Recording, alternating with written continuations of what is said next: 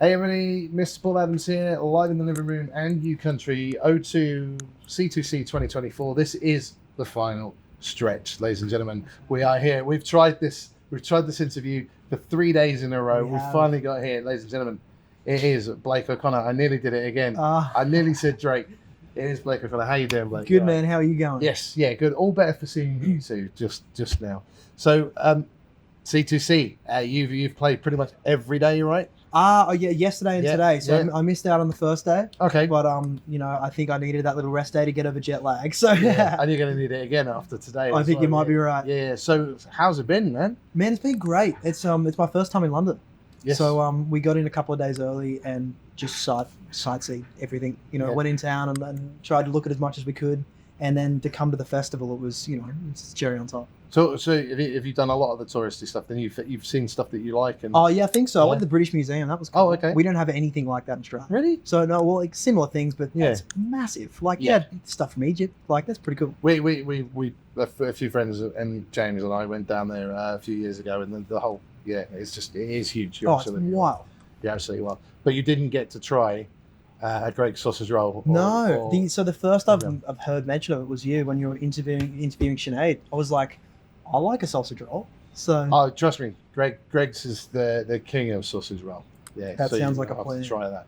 So, seriously, Greg's, come on. Let's sort this out. So I'm going to ask you the same sort of questions I asked Sinead. Sure, yeah. Anyway, so what makes you country? This is we're at the Country Music Festival. So what makes you country? Country is something I've always listened to growing up. Like that's what my grandparents listened to. It's what my parents listened to. Growing up on the highway and Kenny Rogers and Dolly Parton. Kenny Rogers. That's the country that I loved, and I kind of fell away from it for a while growing up. And obviously when Ed Sheeran was coming through, I was 10 or 11 at the time, and hearing that, I just gravitated straight towards that and anything that was on the radio at the time. And then I think it was the Zac Brown band who threw me back toward country. Yeah. Okay. And then between Zac Brown band and Chris Stapleton, it was, that's my kind of country. You know what I mean? Yeah. So it's So what's your background like in Australia? Did you live in the countryside or? No, I lived on the coast. Oh, okay. Like right on the beach. Oh, a bit of a surfer guy, really. Yeah. Oh, well, I was not very good at it. I still haven't done it yet. I'm still. It's on my bucket list for this year. I played rugby league. Oh, okay. Yeah, I did that for like 10 years. So. Oh, wow. Okay. And rugby's obviously big out there as well, isn't it? Yeah. I loved it, but it got to a point where I was like, got to play gigs or playing footy. So I ended up, the guitar is what took me away from footy. No, that's yeah. I don't blame you there at all, because as you can see, I've always been a sportsman. Yeah. So I asked Sinead earlier on as well, if you could pick one song that you wish you'd written, what would it be? Oh, that's a really tough one. I wish I heard you ask her that, because I would have thought about it before. You were making tea. I was. A great cup of tea. That's a great question. I'm trying to think of some of my favourite songs. Probably something by James McMurtry. He's kind of, I don't know how big he is over here, but he's one of my favourite songwriters in the world. Probably he's got this song called "You Can't Make It Here Anymore," and that's a mind-blowing song. So if I could write like that guy, I would be happy. So any one of his songs. For me, I was talking to someone about this yesterday. For me, I don't know if you know Richard Marx. I've heard the name, but I haven't dug into his stuff. It's Now or Forever, and that was the song. That was the reason that I bought my copy of the Gibson J200. Oh, cool! Because of that one song. Cool. So so you should check out. He's an amazing songwriter. Yeah. Right Here Waiting and Hazard and all that. I probably would. You'll know from it. If I heard it 10 seconds, I'd probably be. Probably not. Just going to bring you back to the tea, because I've asked this question already. Milk first or second?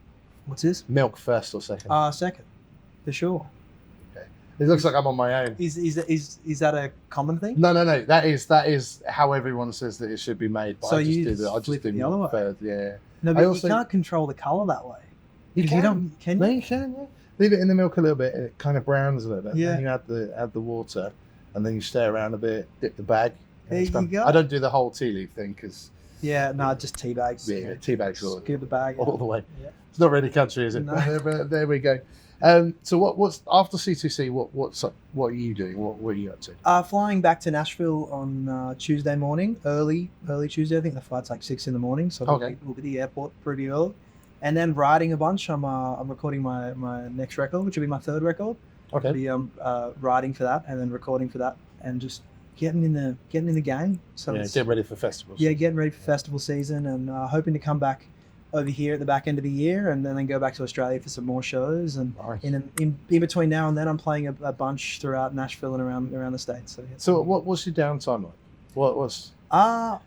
I don't know if there is downtime. Yeah. She's laughing in the background now. I like every now and again I go, I should probably take a break and just chill out. And then I end up playing guitar because I love it. And that's my downtime, like learning a guitar solo or playing slide guitar. I love playing slide guitar. So I'm just literally learning open D tuning. Oh, nice. Slide as Nice. well. So, it's only took me 30 years, but yeah, that's one of those. Yeah. Okay, we're coming towards the end, but I really thank you for your time today. What's your socials so you can tell everybody where to find you? You can find me Blake O'Connor Music on Instagram, Facebook, and TikTok and YouTube. All of the above. So yeah, Spotify, anything you can find music on, I'll be on there. So that's Blake O'Connor Music. And the last, final, important question: Hit me. What question do you wish I'd asked you? You Well, said hit me. You said hit me as well. It's Really? like, yeah.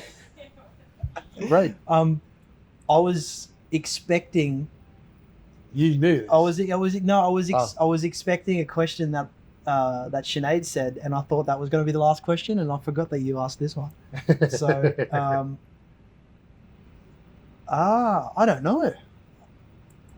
That's a fantastic question. Well, we can carry that. If you don't want to do that, we can park that, and instead we can do an awkward stare at James. That's a great idea. Yeah, we'll do that. Let's do it. Okay, we'll say festival. We'll say thank you very much to Blake O'Connor. He's already gone. We haven't even done it yet. Yeah, thanks for spending the time with us today. Do make sure you do check him out. He is a really fantastic musician, as is Sinead as well.